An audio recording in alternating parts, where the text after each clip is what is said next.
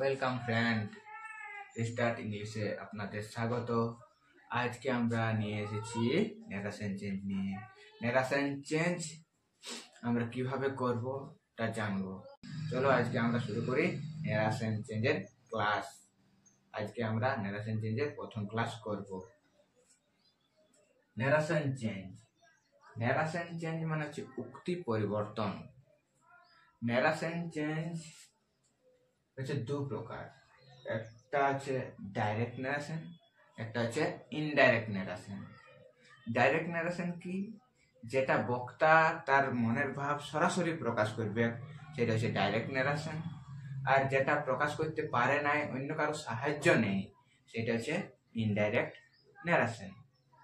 এবার ওগুলো জেনে আমাদের লাভ নাই, আমাদের জানতে হবে নারেশন চেঞ্জের একটা সেন্টেন্সের মধ্যে কি কি থাকে।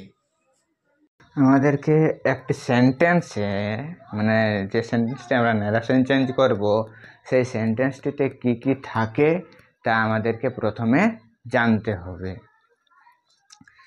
একটি সেন্টেন্স যার আমরা নারেশন চেঞ্জ করব, সেই সেন্টেন্সটিতে দুটা জিনিস থাকে।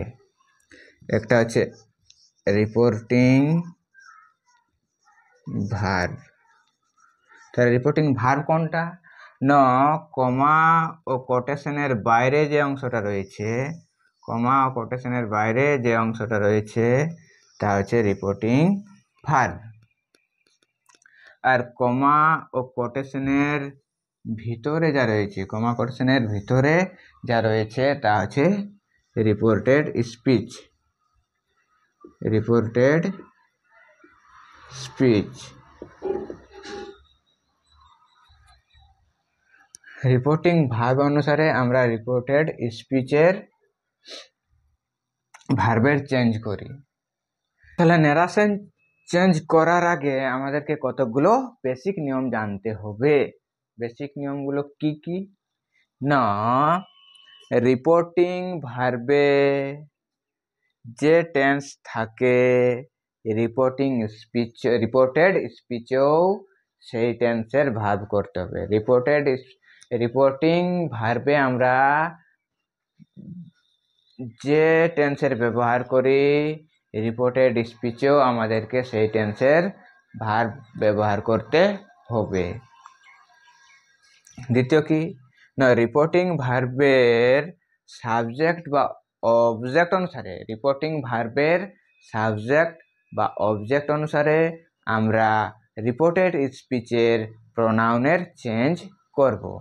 রিপোর্টেড স্পিচের সাবজেক্ট বা রিপোর্টিং ভার্বের সাবজেক্ট ও অবজেক্ট অনুসারে আমরা রিপোর্টেড স্পিচের প্রোনাউনের চেঞ্জ করব। 3 নম্বর কি বলছে? কমা ও কোটেশন উঠানোর জন্য আমরা কতগুলো কনজাংশন আছে, সেই কনজাংশনগুলোর ব্যবহার করব। কিছু প্রোনাউন আছে যাদের জানতে হবে, যে প্রোনাউনগুলি ডাইরেক্টে থাকলে ইনডাইরেক্টে কি হয় তা আমরা দেখব। যদি ডাইরেক্টে আই প্রোনাউনটির ব্যবহার থাকে, তাহলে ইনডাইরেক্ট করার সময় ছেলেদের ক্ষেত্রে হি হবে, মেয়েদের ক্ষেত্রে সি হবে।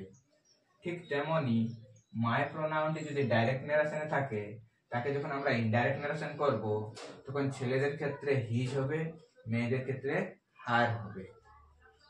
একইভাবে মি প্রোনাউনটি যদি ডাইরেক্টে থাকে, তাহলে তা ইনডাইরেক্ট করার সময় আমাদেরকে ছেলেদের ক্ষেত্রে হিম আর মেয়েদের ক্ষেত্রে হার ব্যবহার করতে হবে। যদি ওই প্রোনাউনটি ডাইরেক্টে থাকে, তাহলে আমাদেরকে ইনডাইরেক্ট করার সময় ওইটি দেতে পরিণত করতে হবে। যদি ডাইরেক্টে আস থাকে, ইনডাইরেক্টেও আস হবে। ডাইরেক্টে যদি আই থাকে, তো কোনো কোনো জায়গাতে ইউ হয়। আরো কিছু আছে ওয়ার্ড, যে ওয়ার্ডগুলো ডাইরেক্টে আলাদা হয়, ইনডাইরেক্টে তাদের অপোজিট আলাদা হয়। অপোজিট বলবো না, তাদের কিছু আলাদা হয়। যেমন এখানে দেখুন, নাও থেকে দেন, টুডে, দ্যাট ডে। হেয়ার যদি ডাইরেক্টে থাকে, ইনডাইরেক্টে হবে দেয়ার। দিস যদি ডাইরেক্টে থাকে ইনডাইরেক্টে হবে দোজ। দিস যদি ডাইরেক্টে থাকে ইনডাইরেক্টে হবে দ্যাট। টুমর যদি ইনডাইরেক্টে থাকে ডাইরেক্টে থাকে তবে ইনডাইরেক্ট হবে দ্য নেক্সট ডে বা দ্য ফলোইং ডে। আবার যদি ডাইরেক্টে স্টার্টে থাকে তবে হবে দ্য প্রিভিয়াস ডে, ইনডাইরেক্ট হবে দ্য প্রিভিয়াস ডে। যদি ডাইরেক্টে টু নাইট থাকে তাহলে ইনডাইরেক্ট হবে লাস্ট নাইট। এগুলো আমরাকে ন্যারেশন চেঞ্জ করার আগে জেনে নিতে হবে, কেননা ন্যারেশন চেঞ্জ যখন আমরা শুরু করব, ন্যারেশন চেঞ্জ করার আগে আমাদেরকে সেন্টেন্স জিনিসটা জানার দরকার আছে।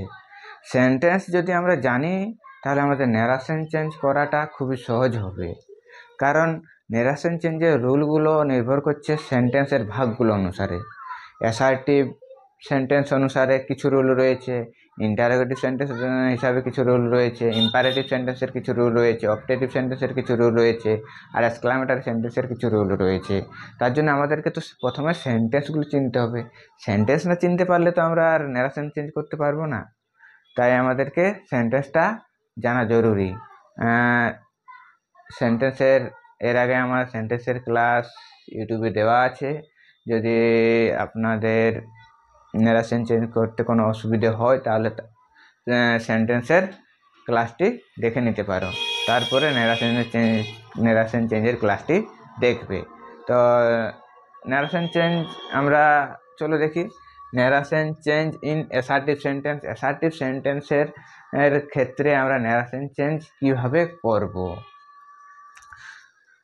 কি রুল ওয়ানে কি বলছে, রিপোর্টেড স্পিচে যদি আমরা সেকেন্ড পারসন থাকে, রিপোর্টেড স্পিচে, এটি হচ্ছে রিপোর্টেড স্পিচ, যদি রিপোর্টেড স্পিচে সেকেন্ড পারসন থাকে তাহলে রিপোর্টিং ভার্বের সাবজেক্ট বা অবজেক্ট অনুসারে তা পরিবর্তিত হয়। সাবজেক্ট বা অবজেক্ট অনুসারে তা পরিবর্তিত হয়।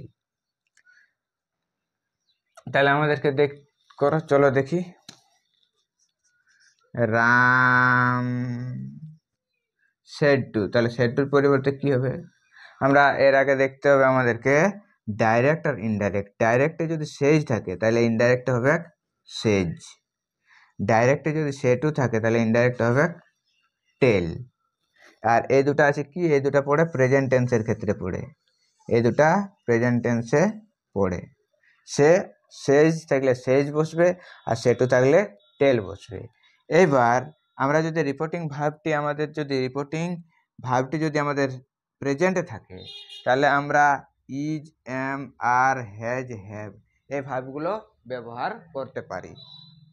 আবার যদি রিপোর্টিং ভার্বটি পাস্ট টেন্সে হয়, পাস্ট টেন্স কিসে চিনব? যদি রিপোর্টিং ভার্বটি সেড থাকে। যদি রিপোর্টিং ভার্বটি সেড টু থাকে তাহলে আমরা জানবো যে সেটি পাস্টে রয়েছে। রিপোর্টিং ভার্বটি যদি পাস্টে থাকে তাহলে আমরা ওয়াজ, প্রোনাউন অনুসারে ওয়াজ, ওয়ের আর হ্যাড বসাতে পাবো। আরেকটা জিনিস হচ্ছে কি, অ্যাসার্টিভ সেন্টেন্সের ক্ষেত্রে কমা ও কোটেশন উঠাতে আমরা দ্যাট কনজাংশনটির ব্যবহার করব। তাহলে অ্যাসার্টিভ সেন্টেন্সের ক্ষেত্রে আমরা কমা ও কোটেশন উঠাবার জন্য দ্যাট কনজাংশনটির ব্যবহার করব।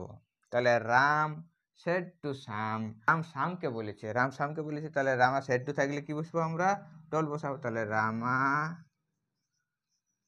টোল্ড শাম, রাম শামকে বলেছে, কি বলেছে? তারপরে বলছে কমা ও কোটেশন, তাহলে কমা ও কোটেশন উঠাবার জন্য দ্যাট বসাবো। তাহলে আমরা দ্যাট বসাবো। এইবার যে তুমি তোমার কাজ করেছো, তাহলে তুমিটা কে বটে? শাম বটে। তাহলে শাম হচ্ছে বেটা ছেলে, তাহলে ছেলে মানুষের ক্ষেত্রে আমরা হি প্রোনাউনটি ব্যবহার করি। তাহলে আমরা এখানে হি বসাবো, হি। এরপর আমরা ইউ ছিল তাই আমরা হ্যাভ বসিয়েছিলি, হি আছে সেই হিসাবে আমরা হেজ বসাবো। কিন্তু যেহেতু আমাদের রিপোর্টিং ভার্বটি পাস্টে আছে তাই আমরা হেজ বসাতে পাবো না, তাই আমরাকে এখানে হেড বসাতে হবে, হেড। এবার ডান। এবার ইউরটা হচ্ছে কে না সাম নিজেই, তাহলে হিজ ওয়ার্ক। রুল টু কি বলছে? রিপোর্টেড স্পিচের প্রোনাউনটি যদি থার্ড পারসন থাকে তবে ইনডাইরেক্ট করার সময় তার কোনো পরিবর্তন হয় না। তাহলে কি না, রিপোর্টেড স্পিচের প্রোনাউনটি যদি থার্ড পারসনে থাকে তাহলে আমাদের ইনডাইরেক্ট করার সময় তার কোনো চেঞ্জ হবে না। দেখো এখানে he says he does not like to eat fish, এটা তাহলে কি করব আমরা, he says, কমা কোটেশন উঠাবার জন্য আমরা that বসাবো, that, তারপরে পুরো সেন্টেন্স লিখে দেব, he does not like to eat fish। খতম।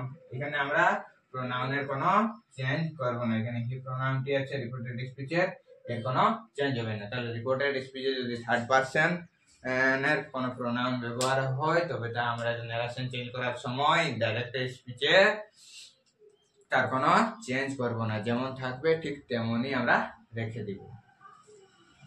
রুল নম্বর 3, রিপোর্টিং ভার্বটি যদি প্রেজেন্ট বা ফিউচার টেন্সে থাকে, রিপোর্টিং ভার্বটি যদি প্রেজেন্ট বা ফিউচার টেন্সে থাকে তাহলে আমরা রিপোর্টেড স্পিচের টেন্সের কোনো পরিবর্তন করব না। রিপোর্টেড স্পিচে যে টেন্সের ব্যবহার থাকবে তার কোনো পরিবর্তন হবে না, যা থাকবে সেই রকমই করতে হবে আমাদেরকে। যেমন দেখো, Rekha will say she is performing on the stage, তাহলে এখানে দেখো উইল ভার্বটির ব্যবহার হয়েছে, উইল ভার্ব ব্যবহার হয়েছে, তার মানে আমাদের জানতে হবে রিপোর্টিং ভার্বটি ফিউচার টেন্সে আছে। তাহলে যদি ফিউচার টেন্সে থাকে তাহলে আমরা সেই ক্ষেত্রে রিপোর্টেড স্পিচের ভার্বের কোনো চেঞ্জ করব না, যা থাকবে ঠিক তাই করব। তাহলে কি হবে এখানে, রেখা উইল সে, কমা কোটেশন উঠাবার জন্য আমরা দ্যাট বসাবো, দ্যাট, সি কে সি থাকবে, সি ইজ পারফর্মিং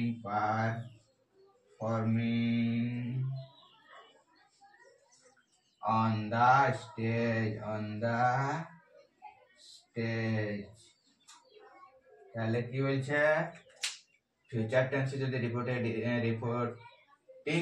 ভার্বটি যদি ফিউচার টেন্সে থাকে, রিপোর্টিং ভার্বটি যদি ফিউচার টেন্সে থাকে তাহলে রিপোর্টেড স্পিচের ভার্বের কোনো পরিবর্তন হবে না। দেখো আমরা দেখছি Rekha will say that she is performing on the stage, এখানে ভার্বের কোনো পরিবর্তন হয়নি, যে যা ছিল ঠিক তাই রয়েছে।